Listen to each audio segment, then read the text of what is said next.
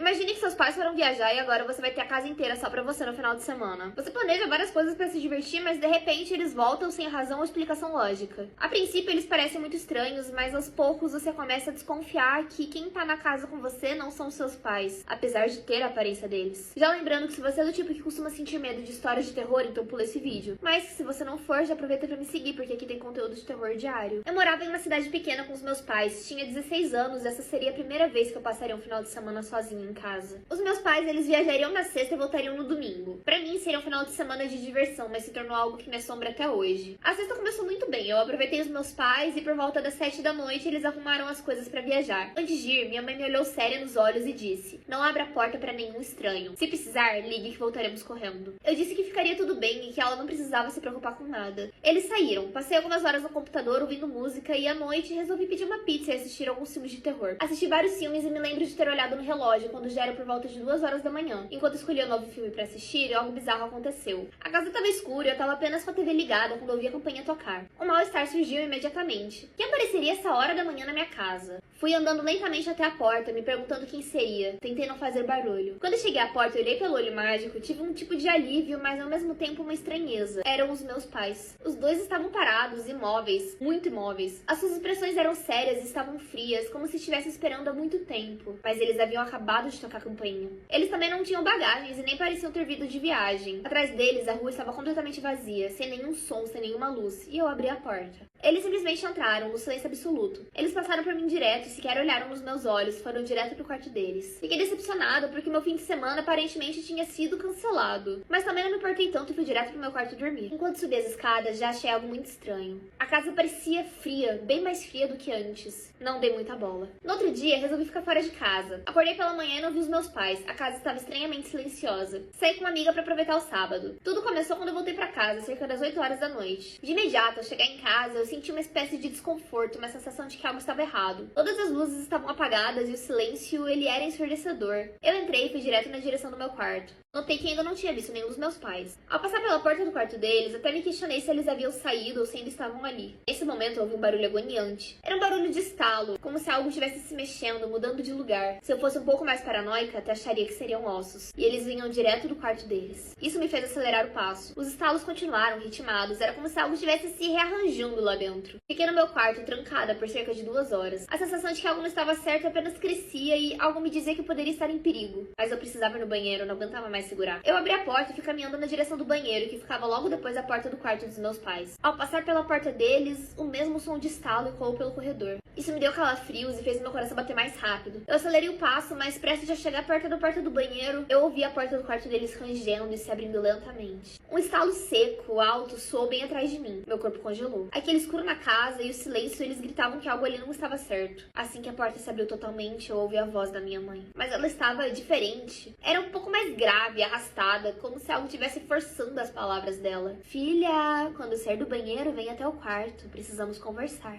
Aquilo me deu um pavor que eu nunca senti antes, e tudo que eu consegui soltar foi um claro e eu entrei direto no banheiro. Pude ouvir a porta deles rangendo e se fechando lentamente, como se estivesse sendo puxada por algo que não queria ser visto. Agora, cada célula do meu corpo gritava que eu precisava sair dali. Algo definitivamente não estava certo. Criei coragem, abri a porta do banheiro e caminhei pelo corredor em direção à sala para chegar à porta de casa. Ao passar pela porta do quarto deles, eu senti um calafrio, uma sensação enorme de perigo. E novamente o som de estalo ecoou pelo corredor. Mais alto, mais próximo, como se algo estivesse atrás da porta, espreitando.